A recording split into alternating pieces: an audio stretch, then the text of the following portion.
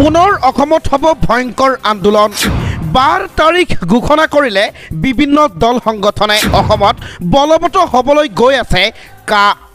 পুনৰ অসম কঁপাবলৈ সাজু হৈছে বিৰোধী পক্ষও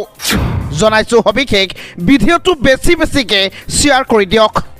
ৰাজ্যত পুনৰ হ'ব বৃহৎ কা আন্দোলন হুংকাৰ লুৰিণজ্যোতিৰ লগতে অখিল গগৈৰ হয় বন্ধু বান্ধৱীসকল ৰাজ্যত পুনৰ বৃহৎ কা আন্দোলন হ'বলৈ গৈ আছে ইতিমধ্যে হুংকাৰ প্ৰদান কৰিছে লুৰিণ অখিল গগৈ আৰু ভূপেন বৰা ৰাজ্যত পুনৰ হ'ব কা বিৰোধী বৃহৎ আন্দোলন কা বলবৎ হোৱাৰ দিনটোৰ পৰাই কঁপিব ৰাজ্য কা প্ৰযোজ্য হোৱাৰ দ্বিতীয় দিনা অসম বন্ধ বুলি ইতিমধ্যে ঘোষণা কৰা হৈছে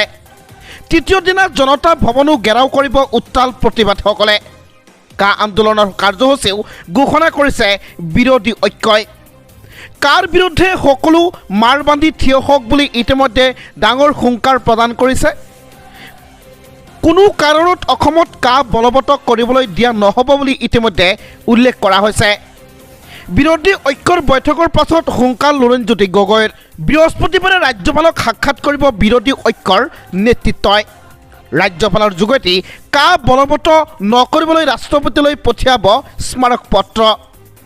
মাৰ্চৰ আৰম্ভণিতে মোদী চৰকাৰে ৰাজ্যজুৰি কা বলবৎ কৰাৰ সম্ভাৱনা আছে বুলি ইতিমধ্যে ডাঙৰ খবৰ লাভ কৰা গৈছে ইতিমধ্যে গৃহ মন্ত্ৰালয়ে আৰক্ষী বাহিনীক সষ্টম হ'বলৈ দিছে নিৰ্দেশ 10 মাৰ্চৰ পৰা ছুটি নাপাব আৰক্ষীৰ লোকে আইন শৃংখলাজনিত পৰিস্থিতিৰ বাবে তৎপৰ হৈছে অসম আৰক্ষী চৰকাৰৰ তৎপৰতাৰ বিপৰীতে ৰাজ্যত তৎপৰ হৈছে বিৰোধী ঐক্য মঞ্চ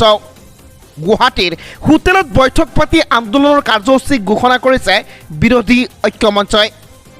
ৰাজ্যত পুনৰ কা বিৰোধী বৃহৎ আন্দোলন হ'বলৈ গৈ আছে ইতিমধ্যে